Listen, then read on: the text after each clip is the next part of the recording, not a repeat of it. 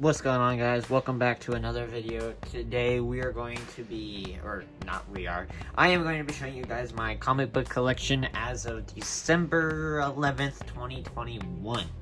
Now, I know you guys have obviously seen my comic book video when I go to the store and buy some comics. I think that was like the third video I posted for the 25 days. So this is just a little bit of me showing you guys like what I have and kind of like what's in my collection, if that makes sense. So the way I have it set up, guys, is I have this like little blue little gizmo in there that just holds them up because I don't have enough comics to like fill the area. But so right here I have a custom border that I made out of cardboard titled The Amazing Spider-Man. Because this just tells me that these are the Amazing Spider-Mans. Back there is just regular Spider-Man, and there is free because those are the only ones I have. I only have Spider-Mans. So let's get going, guys. For starters, our lowest numbered Amazing Spider-Man that we own is Spider-Man number 64, which is him versus the Vulture. This is my most expensive comic I own. Really cool. I enjoy it super much. I'm trying to keep it in the thing as much as possible just because I don't want it to be opened and ruin the value. I went and got this graded and checked out. They gave it a 7 grade out of 10. So if you guys know comic books, that's pretty good. It's worth some money. Moving on, I got number 83. This one is also a lower number, but this one was super cheap because it's hecka beat up. Yeah, I'm just gonna like skim through these. If you guys want me to make a more detailed video, I can, but I'm just gonna show you basically what I got. So 103, these are all the Amazing Spider-Mans, by the way. 139,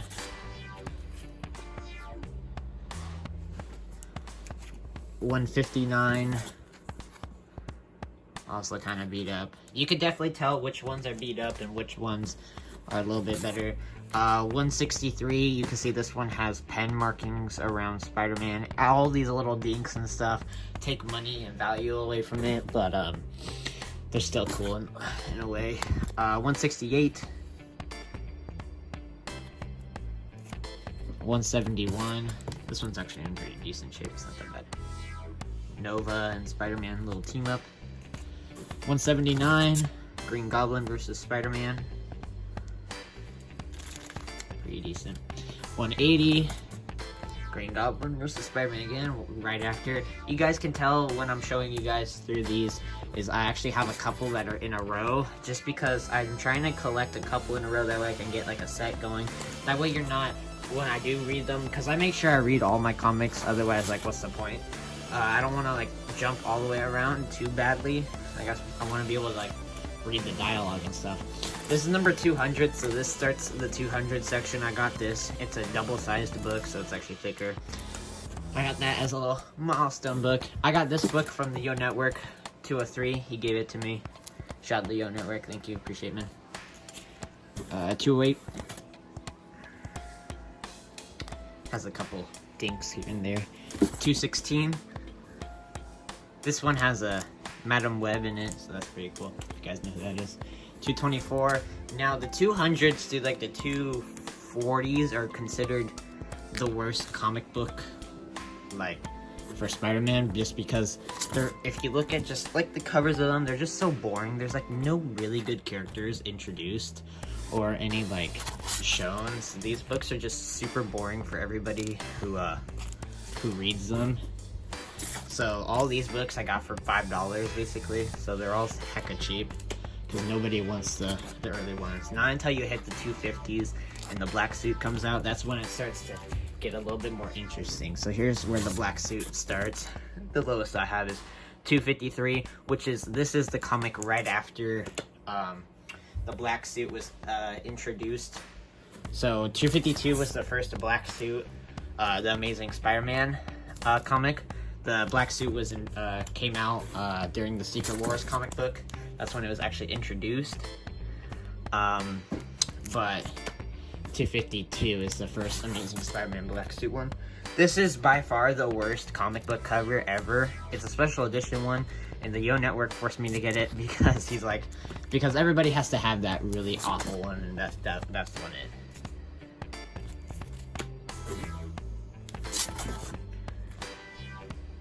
268, 269.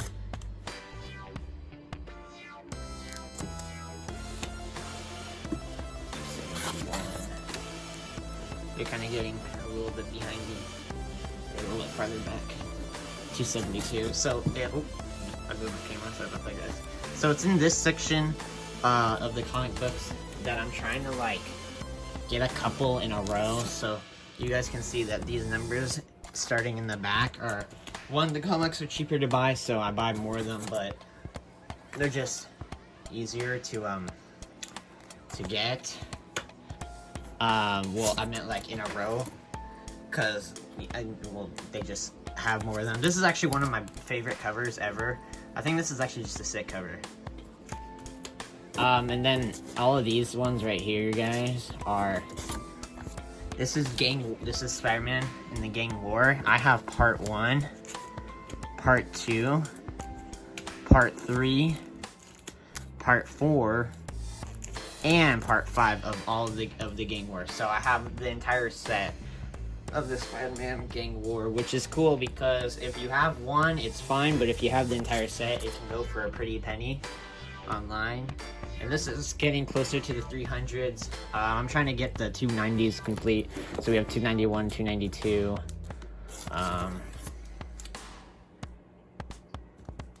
295. And this era of Spider-Man right here is where they were getting a change of writers. So these ones were kind of just drawn really badly. And this is one of my first comics I got. This is actually really like a perfect comic. Like, I've looked at this and I want to go get it checked out because I think this might be a perfect 10 grade comic because there's like nothing wrong with it. And then that's the end of our 200 section. I have a lot more 200s than 100s and anything under 100. And I just started now collecting the 300s. So this is 321. This is actually when Todd McFarlane came in and started doing comics for The Amazing Spider-Man. And you'll see in a little bit I have another Todd McFarlane. Todd McFarlane is the first one to do a Venom on the comic cover, so he's pretty cool. This right here, guys, this one's also one of my more expensive ones. This is the second appearance of Carnage, him. So it's Venom, Carnage, and Spider-Man. Carnage Part 2. If you get Carnage Part 1, that's worth a pretty penny. But Carnage Part 2 is worth a decent amount. But this comic is also in really good shape, so. And then you got, to end off The Amazing Spider-Man, I got 374. Venom finds Spider-Man's parents. And that's the end of The Amazing Spider-Man. Then you have this little border for Spider-Man. And I just have one comic. I have one Spider-Man comic. This is another Todd McFarlane, so as I was saying. Todd McFarlane took over around the 300s up until like, I want to say like the 320, 330s. So he only did a couple in The Amazing Spider-Man, but then he went over and created a whole different series titled Spider-Man. So this is the second book of the Spider-Man series. He created this, and it was just him because people enjoyed his work. I like his drawings. I think he did Spider-Man really well. And then this little border is my free section because all the comics I have back here I got for free. I got these you can just get at your local comic book shop for free comic book day. So you can see up top, free comic book day, like Spider-Man and Carnage, Spider-Man and Venom, free comic book day. This is the origin of Miles Morales I got for free because they're just giving it out, so that's pretty cool. And then this is a reprint of the first appearance of Spider-Man in The Amazing Fantasy number 15. Not for resale, of course, because it was just a free comic book. And then I have an extra border. And that's it, guys. That's it. That's my comic book collection. So hopefully you guys enjoyed this video. Please leave a like if you guys want more comics in the future, because I do enjoy collecting comic books. I think it's cool, but if you guys do not enjoy it, please just let me know. I'll fix it if you guys don't like it. But if you do enjoy it, leave a like, and I'll see you guys in the next one. Have a peaceful one. Peace out, guys. Bye.